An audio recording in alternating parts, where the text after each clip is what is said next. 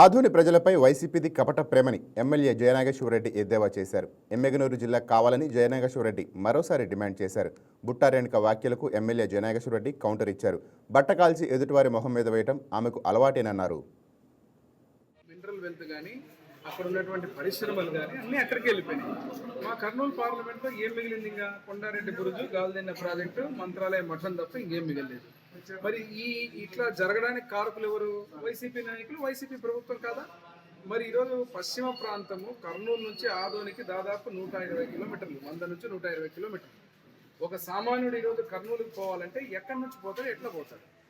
మరి అటువంటిది ఈరోజు ఈ సమస్యని మీరు విభజన చేసినందువల్లే కదా ఈరోజు ఆదోని జిల్లా కావాలని వచ్చేటువంటి పరిస్థితి. దానికి కారకులు మీరు కదా? మరి 5 ఏళ్ళు మీరు అందరూ ఎమ్మెల్యేలుగా, మంత్రులుగా మీ ప్రభుత్వం అంతా ఉన్న రోజున మరి ఆదోని జిల్లా ఆ రోజు గుర్తుకు రాలేదా?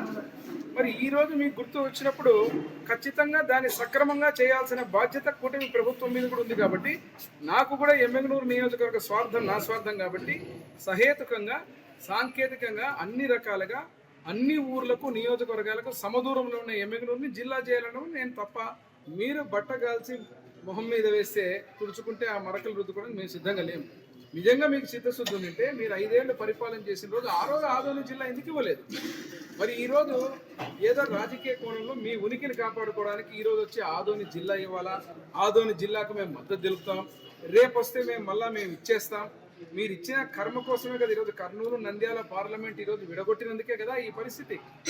మా పశ్చిమ ప్రాంతానికి ఆదోనికి ఇబ్బంది అయిపోతుందని చెప్పి ఈరోజు ప్రజలు జిల్లా అడుగుతున్నారు. ఆదోని నుంచి జిల్లా అడగడం తప్పు కాదు. ఇక్కడ మేము కూడా ఎమ్మెగనూరు నుంచి మా ప్రజలే కానీ, మా ప్రాంతంలో కానీ ఈరోజు ఉన్నటువంటి దానికి ప్రతి ఒక్కరు ఎమ్మెగనూరును కూడా జిల్లా కావాలని కోరుకుంటున్నారు అనే విషయాన్ని చెప్పానండి. దాంట్లో తప్పేముంది? నిన్నగాక మొన్న మీకు ఆదోని జిల్లా ఎట్లా గుర్తుకొచ్చిందో ఆ ఆదోని జిల్లా గురించి మీరు మాట్లాడిన. హాయ్ వ్యూయర్స్, ఈ వీడియో మీకు నచ్చినట్లయితే లైక్ కొట్టి షేర్ చేసి వైకే టీవీని సబ్స్క్రైబ్ చేసుకోండి.